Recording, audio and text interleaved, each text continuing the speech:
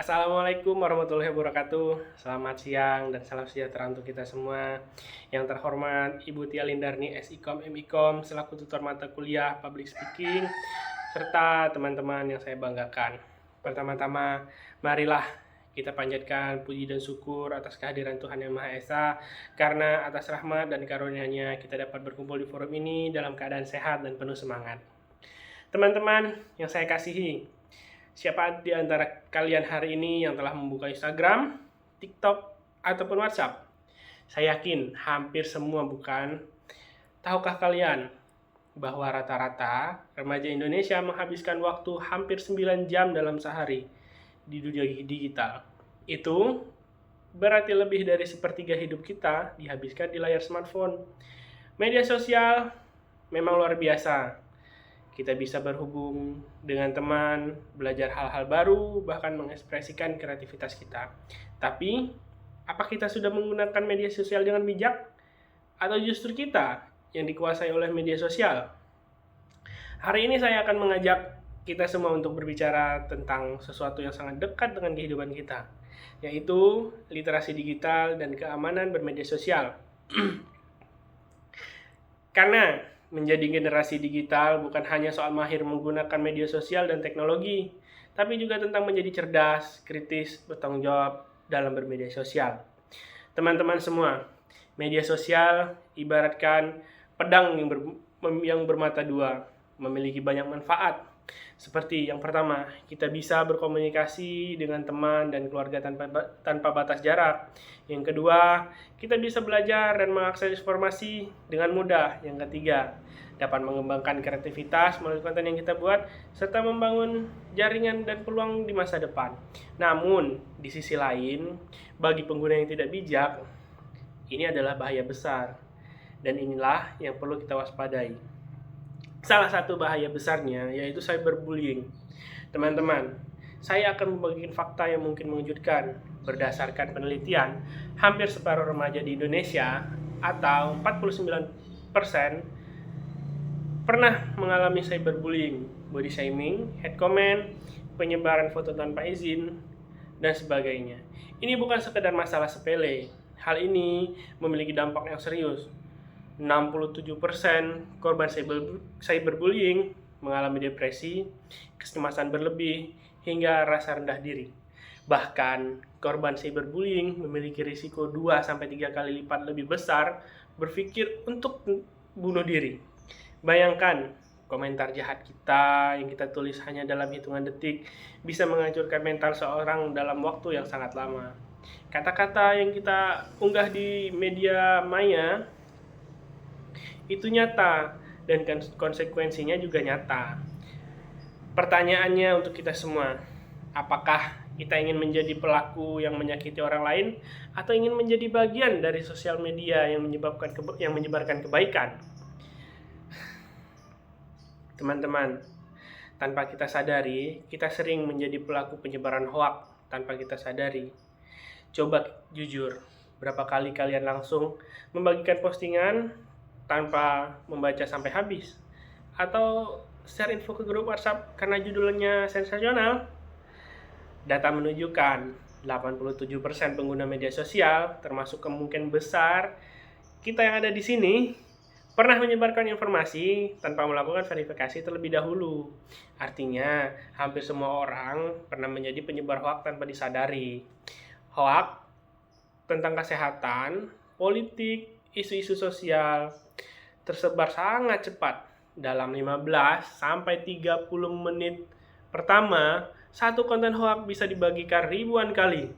Dan rata-rata, satu hoaks bisa dibagikan 2.500-5.000 kali dalam 24 jam pertama. Masalahnya, 73% remaja kesulitan membedakan yang benar dan yang hoaks. Biasanya, yang membuat kita terjebak ada beberapa hal, seperti judulnya terlalu sensasional dan menarik perhatian, tidak membaca artikel sampai selesai, hanya baca judulnya aja, dan percaya begitu aja karena dikirim oleh orang yang kita kenal. Tapi ingat, setiap kali kita klik share, kita bertanggung jawab atas informasi yang kita sebarkan. kita bisa menjadi bagian dari masalah atau bagian dari solusi. Nah, dari itu, apa sih yang harus kita lakukan? Teman-teman, sekarang bagaimana sih kita bisa menjadi pengguna media sosial yang baik, yang bijak, cerdas, dan bertanggung jawab? Nah, ini saya bagiin trik-triknya. Nah, trik yang pertama itu berpikir sebelum posting. Apa ini benar? Pikir dulu, apakah ini bermanfaat? Apa ini menginspirasi? Terus, perlu nggak sih? Apakah ini baik dan tidak menyakiti orang lain? Nah, jika salah satu jawabannya tidak, mendingan nggak usah diposting deh. Atau di-share, mendingan nggak usah. Nah, selanjutnya, verifikasi dulu sebelum share. Kita bisa ngelakuin cek data sederhana dulu. Nah, dengan cara baca beritanya sampai selesai, jangan hanya judulnya aja. Cek sumbernya, apakah media terpercaya. Nah, selanjutnya bisa kita cari di Google, apakah ada sumber yang membahas hal yang sama. Gunakan website cek seperti cekfakta.com. Nah, jika ragu, ya jangan share. Nah, yang ketiga, jadilah baik, bukan jahat. Jangan pernah melakukan body shaming, bullying, atau menyebar kebencian. Sebelum komentar, bayangkan kalau komentar itu ditujukan untuk diri kita sendiri. Gunakan media sosial untuk menyebarkan hal positif. Kalau melihat cyberbullying, jangan diam. Laporin, atau kita bela korban jika mampu. Dan yang keempat, jaga privasi teman-teman, jaga keamanan. Jangan sembarangan membagikan informasi pribadi, ya kayak alamat rumah, nomor telepon, atau alamat sekolah. Nah, jangan lupa juga setting akun menjadi private. Hati-hati dengan orang asing yang tiba-tiba DM gitu. Jangan digubris, biarin aja. Kalau kita ngerasa nggak kenal, ya biarin aja daripada berbahaya untuk kita. Nah, terus jangan klik sembarangan. Nah, apalagi sekarang banyak tuh link-link yang dikirimin random, kirim DM sama orang yang nggak kenal, yang biasanya bisa meretas handphone melalui sistem. Jangan klik sembarangan deh intinya. Nah, dan yang paling penting, gunakan password yang kuat. Jangan dibagiin ke siapapun. Dan yang terakhir, batasi screen time. Ingat, dunia nyata jauh lebih penting daripada dunia maya. Jangan sampai kita kehilangan momen berharga dengan keluarga, teman-teman, karena terlalu sibuk dengan smartphone atau waktu bermain media sosial dengan smartphone. Teman-teman yang saya banggakan, kita adalah generasi digital, generasi yang lahir dan tumbuh bersama teknologi. Ini adalah kekuatan kita. Tapi kekuatan yang besar membutuhkan tanggung jawab yang besar. Setiap kali klik share, setiap kali komen yang kita tulis memiliki dampak. Kita bisa memilih apakah kita ingin menjadi bagian dari masalah atau bagian dari solusi. Apakah kita ingin menyebarkan kebaikan atau kebencian? Apa ingin menjadi penyebar hoaks atau pejuang kebenaran?